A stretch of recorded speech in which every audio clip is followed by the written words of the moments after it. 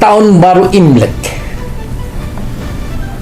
untuk tahun 2026, kalau diselaraskan dengan keinginan, harapan Bapak Presiden agar menciptakan kerukunan di antara bangsa, maka perayaan Tahun Baru Imlek ini sendiri itu adalah isinya di dalam itu kerukunan di dalam keluarga, untuk mempererat kerukunan keluarga guna mencapai hal-hal usaha di luar keluarga. Jadi sebetulnya sangat relevan dengan perayaan Tahun Baru Imlek, yaitu Tahun Baru, Tahun Kuda Api, dapat membawa kesejahteraan. Monster Nian ini takut kepada warna merah.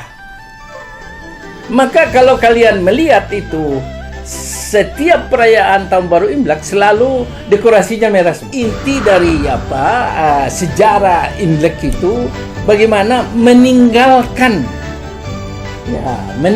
yang lama, yaitu kebiasaan buruk, kebiasaan untuk menipu orang, kebiasaan untuk intinya itu, dan juga menyambut tahun baru yang harus bersifat semuanya berubah jadi baik.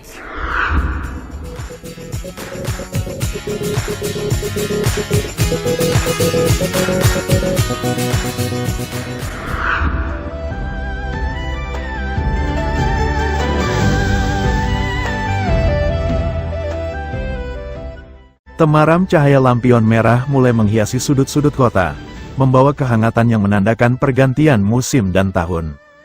Menjelang perayaan Tahun Baru Imlek 2577 di Tahun Kuda Api 2026, kemeriahan yang hadir bukan sekadar semarak visual. Lebih dari itu, ini adalah momentum refleksi spiritual dan sosial. Sebuah panggilan untuk merawat harmoni bangsa di tengah kompleksitas dunia. Visi ini sejalan dengan asta cita Presiden Republik Indonesia, Prabowo Subianto, yaitu menjadikan kerukunan sosial dan persatuan nasional sebagai jangkar kekuatan utama kita. Untuk menyelami makna sejati dari perayaan ini, kita akan menyusuri jejak kebijaksanaan bersama seorang tokoh nasional. Beliau adalah Dr. John Palinggi, Ketua Harian Badan Interaksi Sosial Masyarakat, atau BISMA. Seorang pendamai yang telah puluhan tahun mendedikasikan hidupnya merajut toleransi antarumat beragama, sekaligus pengusaha tangguh yang kaya akan asam garam kehidupan selama 45 tahun, dari akar sejarah Imlek, rahasia sukses berbisnis pantang menyerah dari sang suhu, hingga kenangan merajut damai bersama mendiang Nurholis Majid. Mari kita dengarkan pesan harmoni dan kedamaian dari Dr. John Palinggi.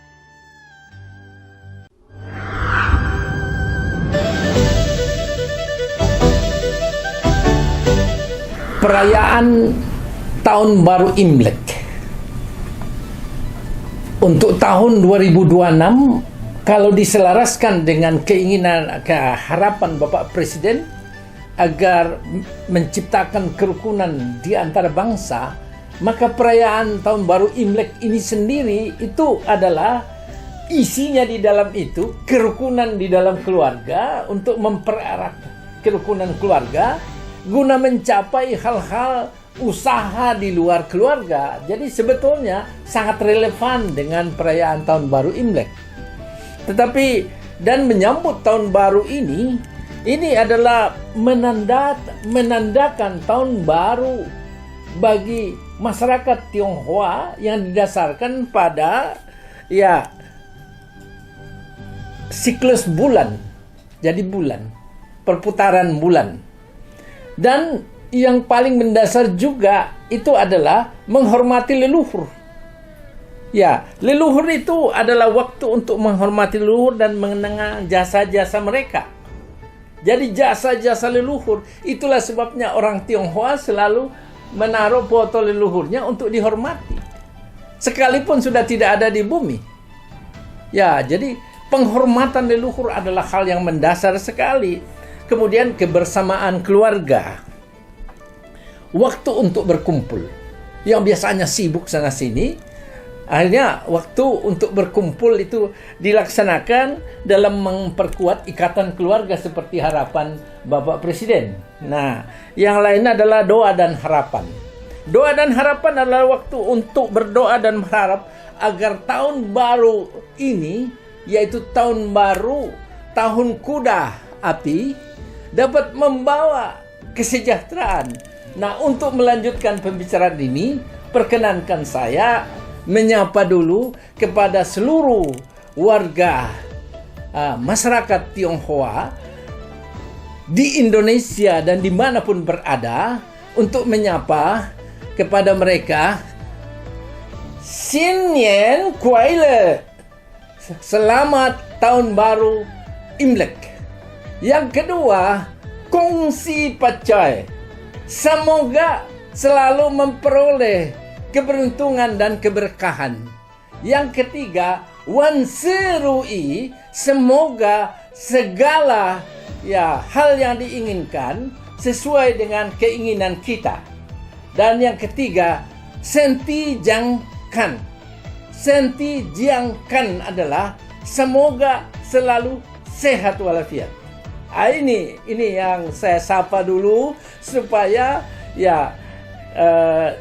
ini adalah tinggi sekali nilainya.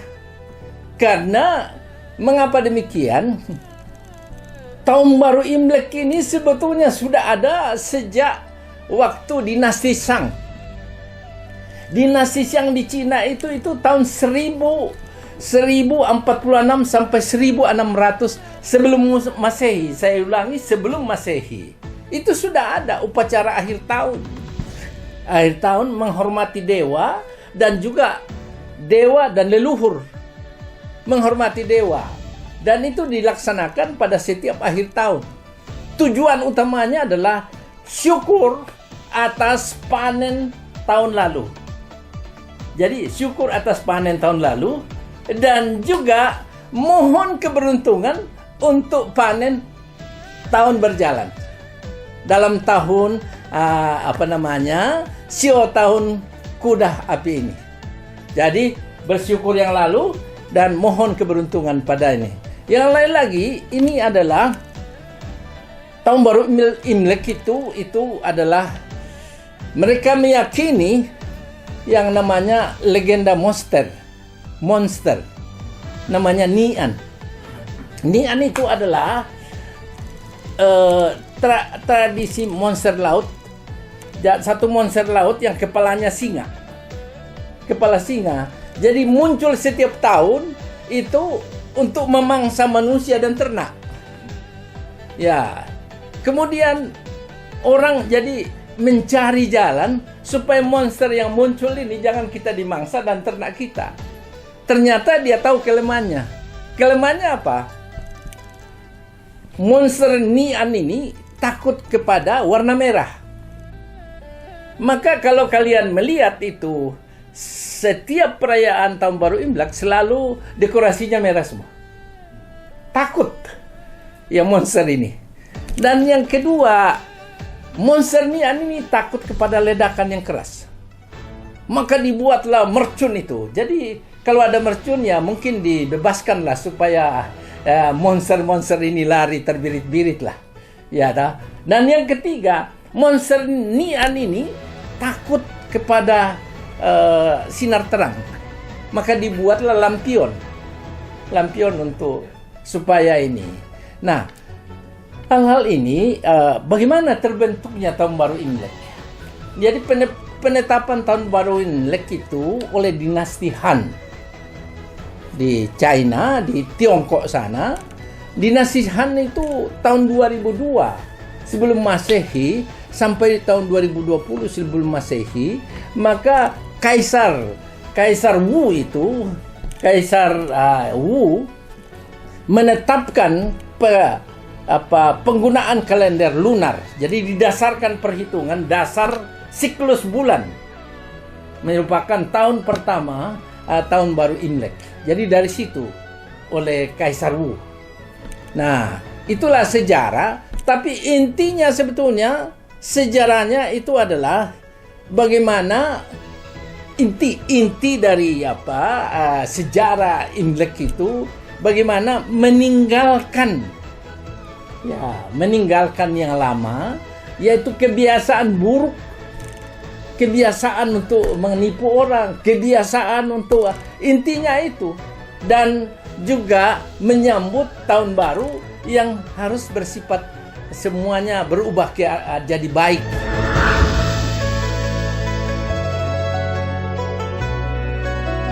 Saya sebetulnya kan bisa bertahan 45 tahun berusaha karena saya dididik oleh saya punya laupan, bos besar saya, pengusaha besar yang mendidik saya.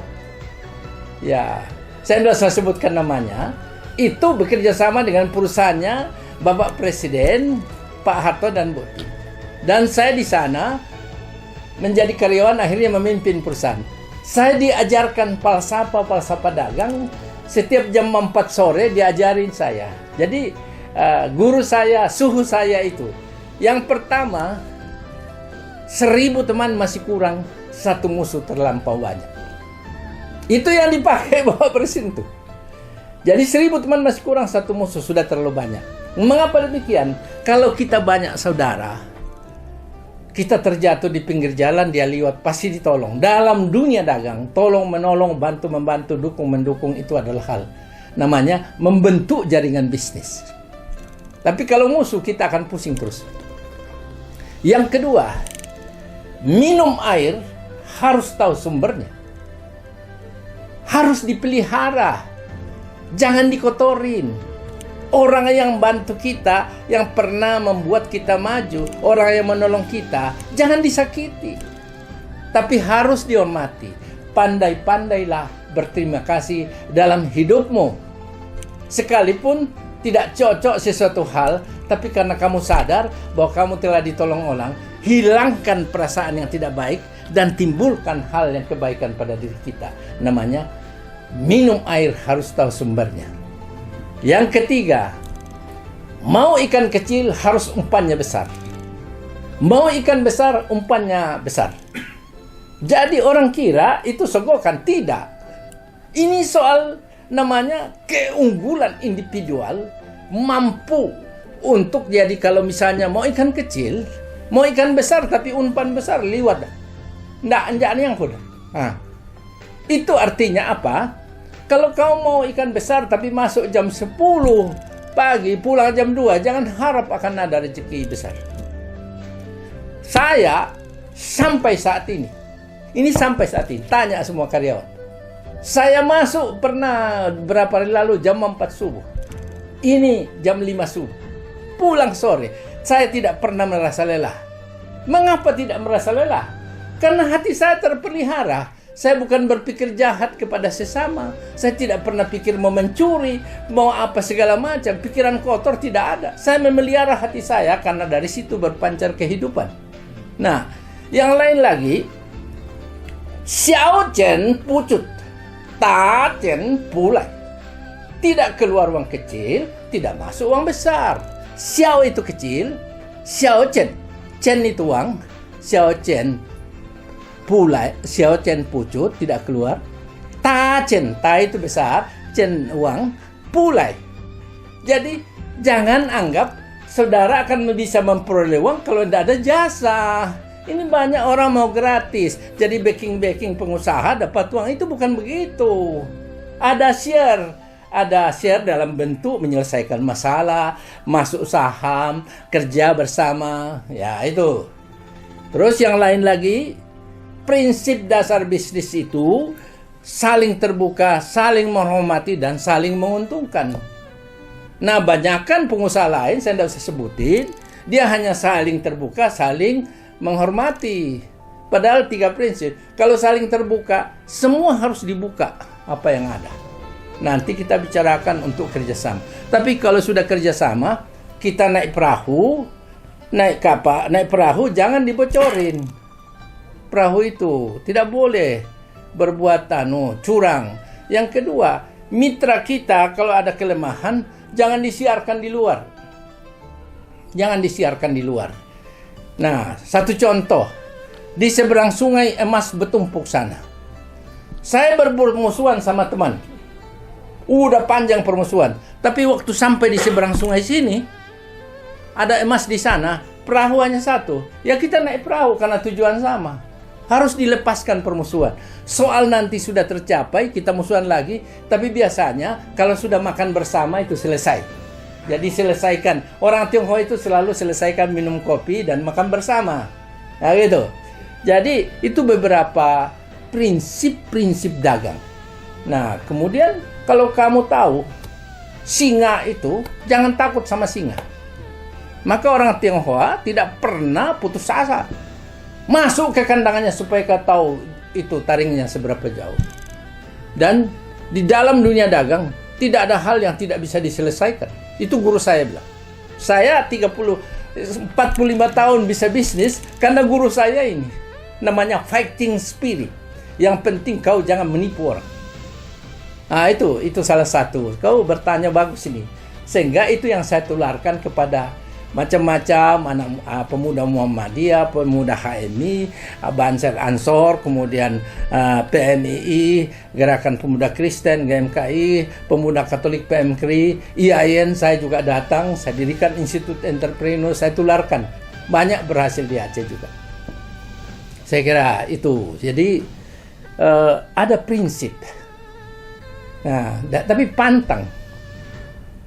Kalau pengusaha Tionghoa itu tidak perlu pakai tanda terima. Kamu pesan barang, tunggu kirim uang dulu. Tidak, langsung dikirim. Jaringan sudah terbentuk atas dasar kepercayaan. Jadi basis daripada hubungan dagang orang Tionghoa itu kepercayaan. Sekali tidak jujur, coret. Nggak ada harapan lagi. Ya, jadi jangan sampai menjadi pengusaha atau tidak untung.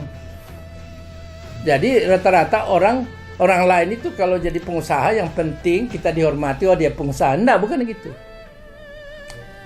Pengusaha Tionghoa dia tidak berhenti sebelum mencapai keuntungan.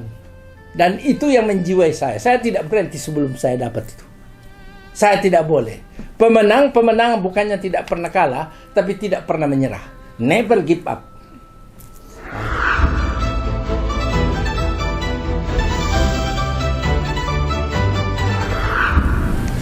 Sebelum tahun 2000 itu adalah masa yang krusial bagi masyarakat Tionghoa dan dilarang merayakan tahun baru Imlek di luar rumah. Tapi tahun 2000 Gus Dur dengan peraturannya membebaskan. Kemudian 2003 itu Ibu Mega mengadakan keputusan bahwa itu dijadikan Hari Raya Nasional. Nah, tahun 2000 oleh Bapak Nurcholish Madjid, cendekiawan Islam yang sangat nasionalis dan sangat dihormati, mengumpul seluruh yang mewakili agama, 5 agama, Konghucu belum ada waktu itu, dan kami rapat dari Majelis Ulama, dari PGI dan lain-lain, Parisada Hindu Dharma, akhirnya menentukan bahwa kita dirikan BISMA, Wadah Kerukunan Beragama Indonesia. Mengapa dikatakan BISMA? Itu kepanjangannya supaya tidak saling campur antar agama, akidah, teologi tidak saling campur. Digelarlah namanya BISMA, Badan Interaksi Sosial Masyarakat, Wadah Kerukunan Beragama Indonesia, Islam, Kristen, Katolik, Hindu, Buddha. Jadi kenapa demikian? Supaya tidak saling membahas masalah akidah, teologi maupun kitab suci. Nggak usah. Jadi ini betul-betul mendekatkan manusia yang beragama dalam kerukunan, dalam perbedaan akidah, teologi, agama, werda dan lain-lain, tetapi kewajiban sosial untuk saling rukun dan damai untuk membangun bangsa. Itu jadi ditetapkan oleh Pak Nurcholish Madjid demikian. Saat pertama Pak Nurcholish Ketua Umum dan saya Sekjen. Jadi itu sangat saat itu masa transisi sangat sulit, tetapi ada Bapak Nurcholish Madjid, saya panggil dia sebagai kakanda saya dan sangat saya hormati. Saya terharu ini kalau ingat beliau. Beliau itu adalah orang cendekiawan Islam yang sangat luar biasa. Luar biasa. Dia mau membangun negara ini dengan rukun dan damai. Dan itu menjiwai saya sampai saya tetap mengabdi di Wadah Kerukunan Beragama Indonesia.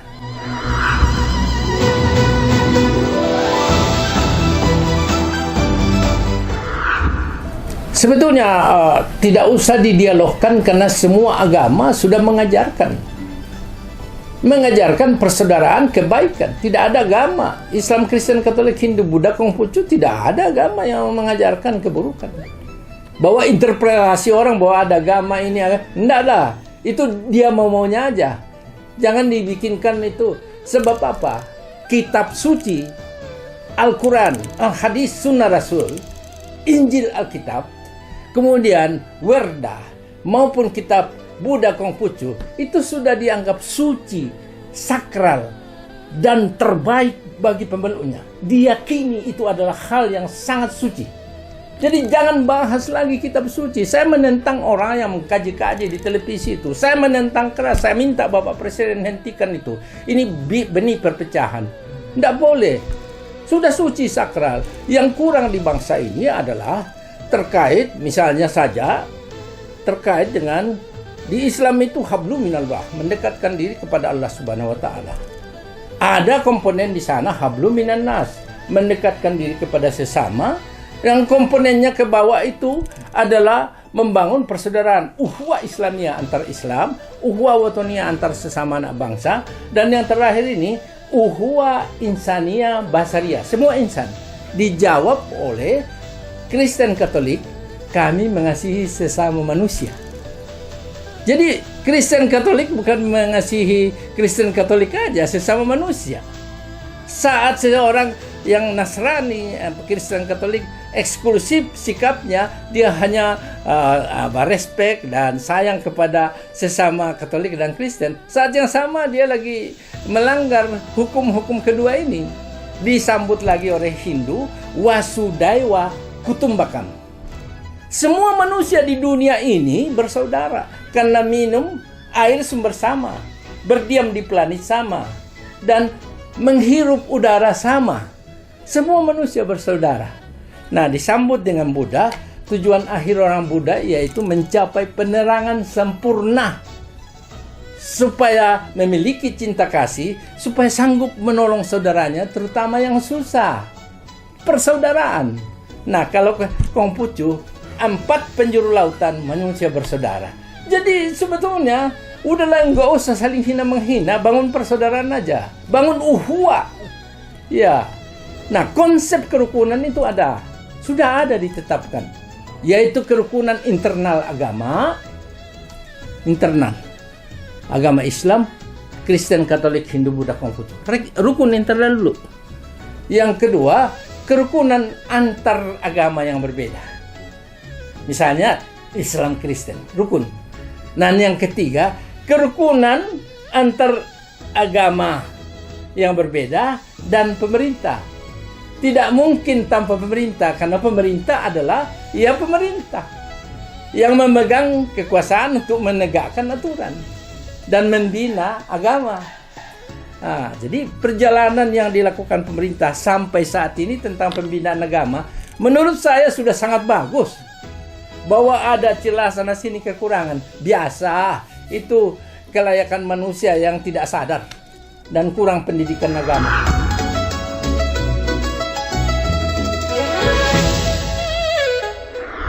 Ya, tentu masyarakat Tionghoa yang merayakan di Indonesia seluruhnya dan juga yang berada di luar negeri, ya tentu pengharapan kita untuk masyarakat Tionghoa di Indonesia tetaplah berperan dalam pembangunan nasional. Dukung Bapak Presiden, Wakil Presiden, dan seluruh program pemerintah. Hindari berbuat hal-hal yang bisa menyengsarakan rakyat. Perilaku lama sesuai dengan tujuan Imlek ini, meninggalkan hal keburukan untuk menghadapi hal kebaikan. Tinggalkan hal yang buruk dan lakukan hal yang baik. Saya sampaikan kepada seluruh masyarakat Tionghoa yang merayakan Imlek, sekali lagi saya sampaikan, semoga seluruh masyarakat Tionghoa dimanapun berada selalu sehat walafiat. Selalu sehat walafiat dalam lindungan Tuhan Yang Maha Kuasa. 恭喜发财，新年快乐，万事如意，年年有余。